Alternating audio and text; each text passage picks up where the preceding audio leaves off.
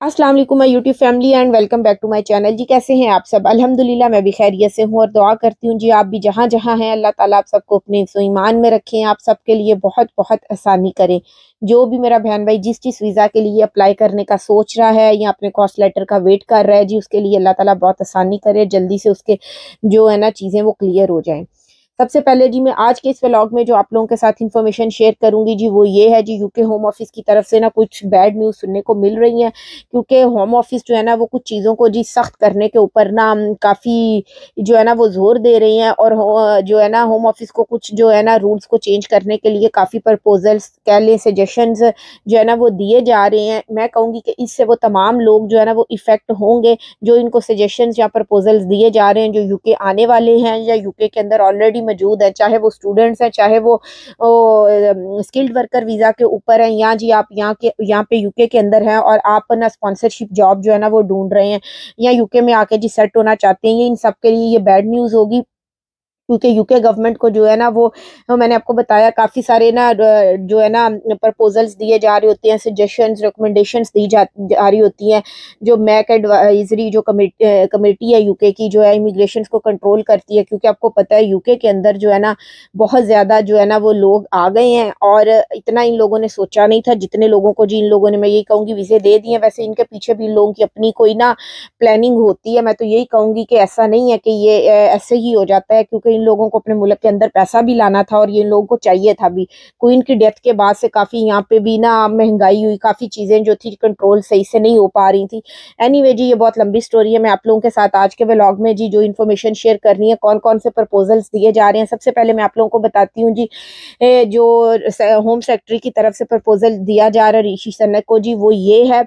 जैसा कि मैंने आप लोगों को पहले भी बताया था कि जो मैं सबसे पहले मैं आप लोगों को बताती हूँ जी जो इम्पोर्टेंट अनाउंसमेंट है जी वो ये है कि जो यूके के अंदर आने वाले हैं, यूके में मौजूद हैं और स्पॉन्सरशिप जॉब लेना चाह रहे हैं। आपको पता होगा कि यूके के अंदर अगर आप स्किल्ड वर्कर वीज़ा के ऊपर आते हैं तो उसकी जो सैलरी की रिक्वायरमेंट है ना जिसको आपने मीट करना होता है वो होती है 26,200 £26,200। अगर आपकी एनुअल पर ईयर सैलरी आपको ऑफर होती है, कोई एम्प्लॉयर आपको देता है तो जी वो आपको स्पॉन्सरशिप दे सकता है।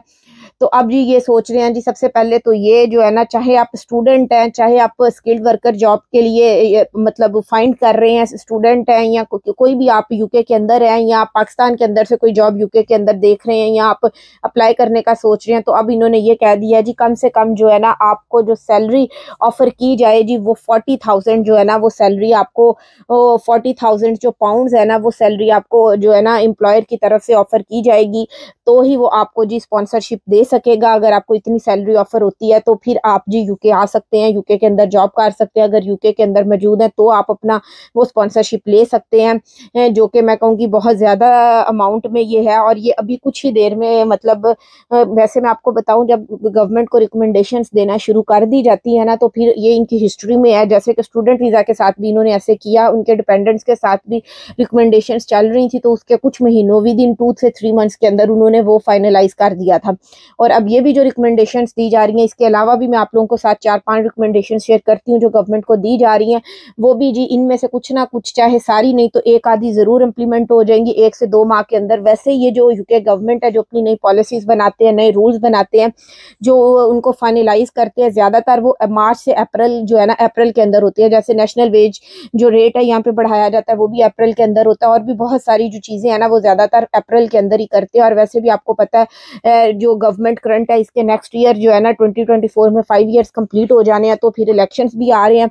उस वजह से अब इन्होंने ये ना काफी ज्यादा चेंजिंग नेक्स्ट ईयर से स्टार्ट कर देनी है। उसके बाद मैं आप लोगों को जो नेक्स्ट बताती हूँ जी वो ये करने जा रहे हैं जी, जो यहाँ पे जो है ना ये सारा कुछ करने का उनका जो पीछे मकसद है ना वो यही है जी, जो है ना नेट माइग्रेशन जो है ना उनको कंट्रोल करना है ताकि यूके कम से कम लोग आ सके। क्योंकि यूके के अंदर ऑलरेडी बहुत ज़्यादा लोग हो गए हैं जिसकी वजह से यहाँ पे हाउसिंग क्राइसिस चल रहे हैं, लोगों को जॉब्स भी नहीं मिल रही। जो लोग जॉब्स के ऊपर आ रहे हैं उनको उतने आवर्स जितने उनको कहा जाता है वो नहीं दिए जा रहे। और जो यहाँ पे ऑलरेडी ब्रिटिश हैं जी उनको भी यहाँ पे जॉब्स लेने में ढूंढने में काफ़ी काफ़ी मुश्किल पेश आ रही है। तो इस वजह से जी वो यही कह रहे हैं कि ताकि कम से कम लोग आ सके जो ऑलरेडी यूके के अंदर हैं, जो ब्रिटिश हैं, वो भी जी उनको भी ज़्यादा प्रॉब्लम्स ना हो सके, क्योंकि 7,45,000 से ज़्यादा जो लोग हैं जी वो 2022 से लेकर 2023 के दौरान एक साल के अंदर जी यूके में आ गए हैं, जो कि बहुत ज़्यादा है। यहाँ पर वैसे भी जितने लोग आते हैं जिस वीज़ा के ऊपर भी उनका आके यहाँ पे रहने का मकसद यहाँ पे आके सेट होना ही होता है, वापस जाना तो किसी का भी नहीं होता। उसी वजह से जी वो लोग इतने मैं कहूँगी पैसे भर के आ रहे होते हैं, अपनी पीछे चीज़ें सेल कर रहे होते हैं, काफ़ी कुछ करने के बाद वो यहाँ पे आते हैं। तो सीधी सी बात है, कोई वापस जाने के लिए थोड़ी यहाँ पे आता है।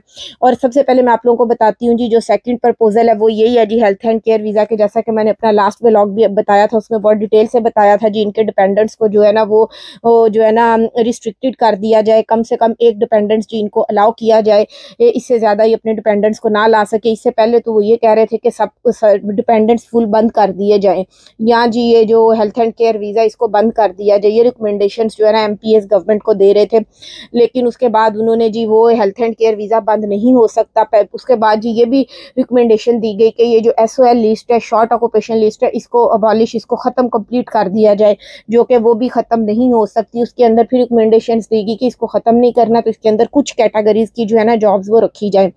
जो 5 से 6 उनको रिकमेंडेशंस दी गई जॉब्स की, उसके अंदर health and care visa still है और ये ख़त्म नहीं हो सकता। उसके बाद इनके डिपेंडेंट्स को बंद करने की बात की गई, उसके ऊपर भी अभी तक इन्होंने कोई डिसीजन नहीं लिया। उसके बाद जी ये कह दिया कि इसके डिपेंडेंट्स के अंदर भी ना कम से कम एक डिपेंडेंट की रिकमेंडेशन फिर दी गई। जब सब बंद करने के ऊपर बात मतलब नहीं बनी, उसके बाद नई रिकमेंडेशन तो जो दी गई वो ये दी गई। उसके बाद ये जो स्टूडेंट्स के बारे में है वो ये है जी, रसल ग्रुप ऑफ यूनिवर्सिटीज़ को ही सिर्फ जो यूके की है ना उनको अलाउ किया जाए, स्टूडेंट्स को बुला सके। अब नई जो रिकमेंडेशन स्टूडेंट के बारे में गवर्नमेंट को दी जा रही है वो ये दी जा रही है जी, रसल ग्रुप ऑफ यूनिवर्सिटीज़ है यूके की जी, सिर्फ वही जो है ना स्टूडेंट को बुला सके, स्पॉन्सर दे सके। जो स्टूडेंट पाकिस्तान, इंडिया वगैरह से यहाँ पे आना चाहते हैं, रसल ग्रुप ऑफ यूनिवर्सिटीज़ में ही वो आ सकते हैं, किसी और यूनिवर्सिटीज़ में जी उनको अलाउ नहीं किया जा सकता। इस वजह से हो सकता है बहुत सारी जो यूनिवर्सिटीज़ है ना फ्यूचर में आने वाले दिनों में जी उनके जो कॉस्ट स्पॉन्सरशिप है ना वो कैंसिल कर दी जाए। अगर आप लोग आना चाह रहे हैं यूके के अंदर स्टूडेंट वीज़ा के ऊपर, तो फिर आप लोग ये याद रखिएगा कि अगर आप लोगों ने जनवरी का, तो आपको पता है डिसाइड हो गया जो भी यहाँ पे है, अगर आपने नेक्स्ट ईयर सितंबर 2024 के इनटेक में आप लोग यूके आ रहे हैं, तो फिर आप जो है ना किसी ऐसी वैसी यूनिवर्सिटी में अप्लाई ना करें, आप रसल ग्रुप ऑफ यूनिवर्सिटी को ही कंसिडर करें, उन्हीं में अप्लाई करें, ताकि आगे जाके कोई प्रॉब्लम ना हो। और ये भी ना हो कि बाद में जी जिस यूनि में आपने अप्लाई किया है तो वो बाद में जी उसकी स्पॉन्सरशिप कैंसिल हो जाए, या उसके लिए ग्रेजुएट वीज़ा या पीएसडब्ल्यू या पोस्ट ग्रेजुएट वीज़ा लेने में आगे जाके जी आपको कोई प्रॉब्लम हो।